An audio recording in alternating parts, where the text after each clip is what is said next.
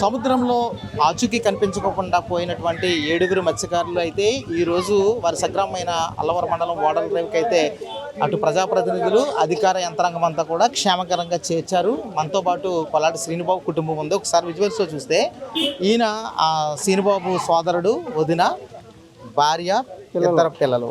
వీరు ప్రతిరోజు కూడా కన్నీరు మున్నీరై ఇది ఈయన కోసం అనమాట. శ్రీనుబాబు ఈయన 7గురిలో ఒకరు.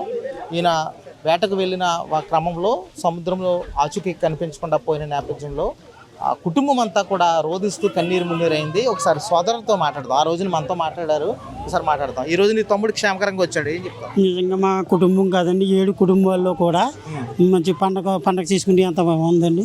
చాలా సంతోషంగా ఉన్నాం. నిజంగా చెప్తున్నానండి, ఫస్ట్ నుంచి లాస్ట్ దాకా కూడా చెప్పాను నేను. మనుషులకి అయితే ఏమవ్వలేదు, అందరూ క్షేమంగా ఉన్నారు. అదే మాట చెప్పానండి, మన ఫ్రెండ్ కూడా చెప్పాను కావాలి వెనకాల. ప్రతి రోజు కూడా ఒకరికి ఇద్దరికి ముగ్గురికి చెప్పడమే నేను. బోట్ అయితే ఏమవ్వలేదు, మనుషులు తిరిగి వస్తారు, ఆ నమ్మకం మాకు ఎక్కువ ఉన్నదండి. మనతో పాటు భార్య ఉన్నారు, అంటే శ్రీనుబాబు సతీమణి, ఇద్దరు పిల్లలు ఉన్నారు. ఆమెతో మాట్లాడదాం. నిజంగా ఈరోజు చాలా దుఃఖించావు కదమ్మా నువ్వు. ఈరోజు నీ భర్త తిరిగి రావడం ఎలా హ్యాపీ? చాలా హ్యాపీగా ఉందండి. చాలా అంటే చెప్పలేని ఆనందం అండి. ఒకసారికి ఇన్ని రోజులు ఇంట్లో కూర్చుని చాలా బాధపడ్డానండి, గుండె ధైర్యం చేసుకుని. కానీ ఈరోజు వెలుగులోకి వచ్చి ఇంతమందితో మాట్లాడుతున్నానంటే కేవలం ఇంతమంది రావాలని అంత ఖుషి అండి. పెద్దలు కూడా ఫోన్ చేసుకుని ఎక్కడి నుంచి ఎంక్వైరీలు చేసి ఇంతవరకు తీసుకొచ్చారు. ఈ ఊరు కుర్రోళ్ళు కూడా చాలా బాధపడ్డారండి, చాలా మంది అంటే చాలా మంది. అందరూ ఆశీస్సు వల్ల ఈ రోజు మా 7 కుటుంబాలు మా దగ్గరకు వచ్చాయండి. ఎంత సంతోషంగా ఉన్నాం.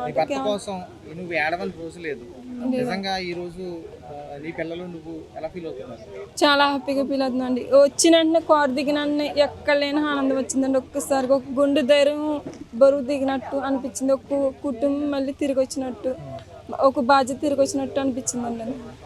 చాలా పిల్లలు కూడా రోజు ఏడ్చారండి. కానీ ఒక్కసారిగా చూసాక అస్సలు జీవితంలో కూడా ఎప్పుడు రాకూడదు అనుకుంటున్నానండి, రాకూడదు. వచ్చినా కూడా కానీ ఏ ఫ్యామిలీ కూడా ఇలా తట్టుకునే శక్తి ఎవరికీ లేదండి. కానీ బోట్లోకి వెళ్ళినా కూడా సిగ్నల్ పెట్టుకోవాలని కోరుకుంటున్నానండి. ఆచూకీ లేక చాలా అంటే ఒక భయానక వాతావరణంలో అయితే గడిపారు మీ కుటుంబం చూసాం మేము. ప్రభుత్వానికి ఏం చెప్తావు? ప్రభుత్వం కూడా హెల్ప్ చేసిందండి, చాలా మంది ప్రభుత్వం కూడా సాయం చేసి ఇంతవరకు తీసుకొచ్చారండి. వాళ్ళకు కూడా ధన్యవాదాలండి. చాలా థ్యాంక్స్ అండి. ఈరోజు వాళ్ళు ఉన్న వల్లనే ఈరోజు మా దగ్గరికి మా 7 కుటుంబాలు వచ్చండి, మా ఫ్యామిలీ మా దగ్గరికి వచ్చిందండి. చాలా సంతోషం. కొల్లాటి శ్రీనుబాబు మనతో పాటు ఉన్నాడు, ఆయనతో మాట్లాడదాం. శ్రీనుబాబు, మీరు ఇన్ని రోజులు కూడా ఎటువంటి పరిస్థితిని ఎదుర్కొన్నారు అక్కడ? పరిస్థితి అంటే చాలా బాధగా ఉన్నదండి, చాలా ఇబ్బంది పడ్డామండి. ఇలా ఈ తుఫాన్లను చాలా చిక్కులడిపోయామండి. కొబ్బరి చెట్టు అంత పైన వాగులు రావటం, మా మీద పట్టడం, ఆ బోట్ అటు ఇటు అవటం, ఈ బోటు మునిగిపోద్దని చాలా భయపడటం. చాలాగానండి, అసలు నిద్ర అనేది లేదండి. 15 రోజుల వరకు మాకు బచ్చాలు వచ్చినాయి తిన్నాక అయ్యేది. తర్వాత అది కూడా లేదండి, ఇంకా అలాగే ఉన్నామండి. ఉసిరిమంట నీళ్ళు తాగటం అలాగే ఉంటానండి. ఆ చేపలు ఎత్తుకుండా అలా ధరికి మేము ఎన్ని రోజుల్లో బోట్ పాడైపోయింది? రెండో రోజు పాడైపోయింది. అప్పుడు ఫస్ట్ రోజు అయితే 50 మైళ్ళు అండి. తర్వాత రోజు అదే మైల్లో చూసాము. తర్వాత ఇక్కడ ఏం బాగాలేదు, ఫిషింగ్ బాగాలేదని ఇలాగ కాకినాడ సైడ్, బైరాపాలెం సైడ్ వెళ్ళిపోదామని ఇంజిన్ స్టార్ట్ చేసామండి. కానీ ఈ క్లచ్ పెట్లు పోయినాయి, క్లచ్ పెట్లు గేర్ బాక్స్ పడట్లేదు. సరే గాలికి తేలిదిలేద్దాం అని ఇక్కడ 50 మీటర్లో ఉంది కదా అన్న టైపులో వదిలితేనంటే ప్రొద్దుటికి 90కి వెళ్ళిపోయింది. గాలివాటానికి ఒడిసికి గాలివాటానికి వెళ్ళిపోయింది. అలాగా 280 మైళ్ళకి డీప్లోకి వెళ్ళిపోయాము. డీప్లోకి వెళ్ళి ఇంకా సాప్ ఎత్తుకుండి చేరటం. ఆ GPS ఉన్నదండి నా దగ్గర, అది దాన్ని చూసుకోవడం. ఈ ఊరికన్నా ఉన్నాం, ఏది పాయింట్లు తగ్గుతున్నాయో దాని మీద చూసుకునే వాళ్ళమండి. దగ్గరికి వచ్చేదండి, వెనక్కి వెళ్ళిపోవడం జరిగేది. తుఫాన్కి మాకు బాగానే దగ్గరికి వచ్చేదండి, ఒక 50 మైళ్ళలోకి వచ్చేదండి. మళ్ళా ఈ తుఫాన్లో వేసిపోవడం, మళ్ళా వెళ్ళిపోవడం అండి. చాలా అలాగే 4-5 సార్లు జరిగిందండి. లాస్ట్ ఇంకా అది దిగా అని ఆ పొజిషన్, లాస్ట్ పొజిషన్ అండి అది. అక్కడికి మేము వెళ్ళేసరికి కొంచెం బుడితే చూసామండి, అందిందండి. యాంకర్ వేసామండి. యాంకర్ కూడా పట్టుకోవట్లేదండి, జరిగిపోతుంది. అప్పుడు అక్కడ దిగా నుంచి 2 బోట్లు ఫిషింగ్ చేయడానికి వెళ్తుంది. అది వాళ్ళని పిలిచామండి, వాళ్ళు వచ్చారండి. వాళ్ళ ఓనర్కి ఇలాగని చెప్పామండి. మేము దండాలు పెట్టామండి, తీసుకెళ్ళండి మాకు ఇలా నెల రోజుల నుంచి ఇలాగా ఇబ్బందిలో ఉన్న చిక్కిపోయాము, ఆంధ్ర నుంచి వస్తుంది బండి బోటిది అని చెప్తే వాళ్ళు అది మాట్లాడుకున్నారు. వాళ్ళ బెంగాల్లోని వాళ్ళ ఓనర్కి వాకీ టాకీ మీద మెసేజ్ పెట్టారండి. పెడితే వాళ్ళ ఓనరు వాళ్ళని తీసుకొచ్చేయండి, ఫస్ట్ భోజనం అయ్యే పెట్టి మీరు దగ్గరుండి భోజనం అనేది ఫస్ట్ ఇవ్వడానికి తినడానికి అంటే బిస్కెట్లు అవి ఇచ్చారండి మాకోసం వెనక్కి మేము 30 మైల్లో ఉన్నామని 30 మైళ్ళు కూడా వాళ్ళ తాళ్ళు వేసుకుంటే అప్పటికప్పుడు అక్కడే భోజనాలు మాకు వండి పెట్టి 2 మనుషులు మా దగ్గర ఉండి తాళ్ళు అవి వేసుకుంటే వాళ్ళే బ్లాక్ వెళ్ళిపోయారు. దరికండి 8 గంటలు జర్నీ చేశారండి. 8 గంటలు లాక్కెళ్ళారు జర్నీ అంటే దరి నుంచి కూడా వాళ్ళు అంత డీప్కి వచ్చారండి. అదండి. కానీ వచ్చినందుకు మేము ఊరు మా విశేషమైన పిల్లల్ని కలిసినందుకు దేవుళ్ళలాగే కష్టపడి కాపాడారు. వాళ్ళే దేవుళ్ళు అండి మాకు. ఇంకా మాకు దేవుళ్ళు అంటూ కనుక ఉంటే కనుక వాళ్ళేనండి దేవుళ్ళు. 7 ప్రాణాలు 7 కుటుంబాలకి నిజంగా వాళ్ళేనండి దేవుళ్ళు.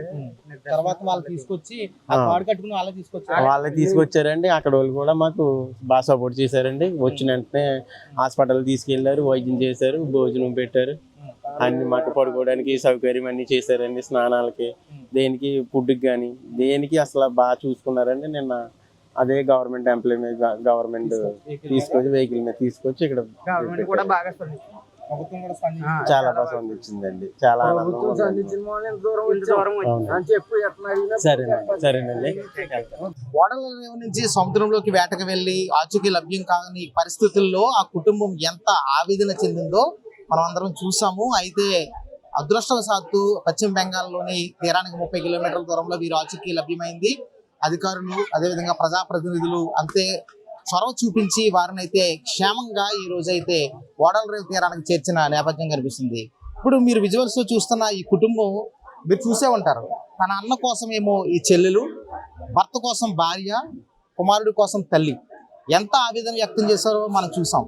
ఇప్పుడు ఆ కుటుంబం చాలా సంతోషం వ్యక్తం చేస్తూ మన ముందు ఆ దేవుడే మాకు సహాయం చేశాడని కూడా చెప్తున్నారు. ప్రస్తుతం మనతో పాలిపు శాంతారావు కుటుంబ సభ్యులు అయితే మనతో ఉన్నారు. వారితో మాట్లాడదాం. అమ్మ, ఏంటి ఈ రోజు రాఖీ పండుగ, మీ అన్నయ్యని మళ్ళీ ఈ రోజు మీ ఇంటికి చేర్చారు, ఎలా ఫీల్ అవుతున్నాం? మేమైతే రాఖీ ప్రతి సంవత్సరం కట్టేదానండి. ఈ సంవత్సరం కట్టడాన్ని చాలా ఏడ్చాను. కానీ ఇంతలా గుడ్ న్యూస్ వచ్చినందుకు చాలా హ్యాపీగా ఉంది మాకు.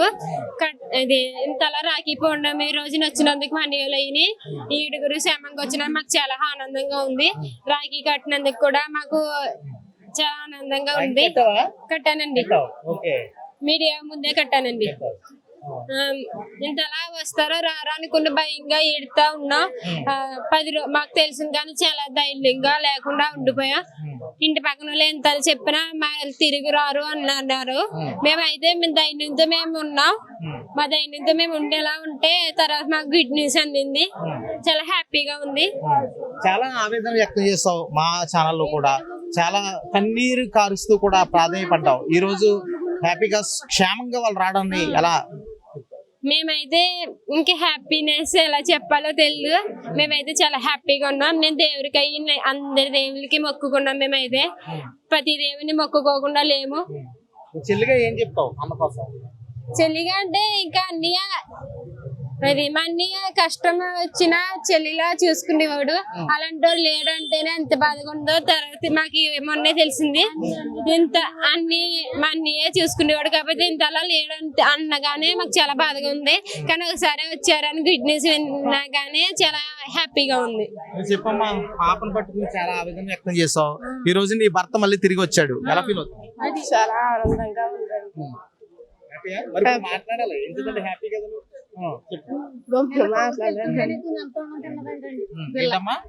ఈ కౌరు తెలుతుడుగానే ఉన్నారని కొంచెం అన్నం తిన్నానంటండి పిల్ల. అన్ని రోజులు 20 రోజులు కూడా కూడని కొమ్మని తినేవారు కదండి. అలాగే జీవించేవారండి. ఆ చుట్టుపక్కల ఊళ్ళో వాళ్ళందరూ కూడా వస్తారా రారా లేరు చచ్చిపోయారు అని అంటానే ఒకళ్ళు నోటప్పుడు ఒక మాట వచ్చేది కదండి. అలాగే ఎన్నో రకరకాలుగా మాట్లాడేవారండి. మాకు బెంగ కింద ఆయన కాళ్ళు చేతులు ఆడి కదండి. అలాగే బాధపడి వాళ్ళు దేవుడా నువ్వే దిక్కు వాళ్ళు సముద్రం మీదకి వెళ్ళారు నువ్వు ఎలా తీసుకెళ్ళావు అలాగే తీసుకొచ్చి చెప్పు తండ్రి 7 అలాగే తీసుకురా బాబు అని అలాగే దేవుళ్ళకి ముచ్చలమ్మ తల్లికి ధనమ్మ తల్లి ఆ యేసు బాబు అన్ని దేవుళ్ళకి మొక్కున్నామండి. ఈ రోజు నాడు వచ్చినందుకు మాకు సంతోషంగా నవ్వుగా ఉందండి. ఇప్పుడు హ్యాపీగా ఉందండి. రాఖీ పండగకి వచ్చారు కాబట్టి సంతోషం అండి. చూశారు కదా మీరు, వసంతరావు కుటుంబం సంబంధించి ఈ చెల్లి, భార్య, తల్లి, మేనల్లు, మేనత్త వీళ్ళందరూ కూడా ఒకటే చెప్తున్నారు, మేము కల్లారా వారిని చూస్తామని మేము అయితే అనుకోలేదు, కానీ దేవుళ్ళలాగా పశ్చిమ బెంగాల్లో దిగా పోర్టు దగ్గరలోని ఒక బోటు లో ఉన్నటువంటి మత్స్యకారులు అయితే తమను కాపాడి తీర ప్రాంతం చేర్చారు. నిజంగా 8 గంటల ప్రయాణం తర్వాత తీరానికి చేరుకున్నాం. అయితే వారు దేవుళ్ళలాగా తమను కాపాడారు. అంతే అదే సమయంలో అటు ప్రభుత్వం కానీ ఇక్కడ ప్రజాప్రతినిధులు కానీ తమ యొక్క రక్షించడం కోసం చాలా ప్రయత్నాలు అయితే చేశారు. వారందరికీ రుణపడి ఉంటాం. నిజంగా దేవుళ్ళలాగా కాపాడారని కూడా వారు సంతోషం వ్యక్తం చేస్తున్నారు. ప్రధానంగా వారి కుటుంబాల్లో అయితే ఆనందోత్సవాలు అయితే వెల్లువెరుస్తున్నాయి. ఈరోజు నిజంగా తమ కుటుంబీకులు ఇలా క్షేమకరంగా గ్రామానికి చేరడం, మా ఇళ్లకు చేరడం చాలా సంతోషంగా ఉందంటూ కూడా వారు సంతోషం వ్యక్తం చేస్తున్న పరిస్థితి ఉంది. QTV మీడియా నుంచి సుధీర్.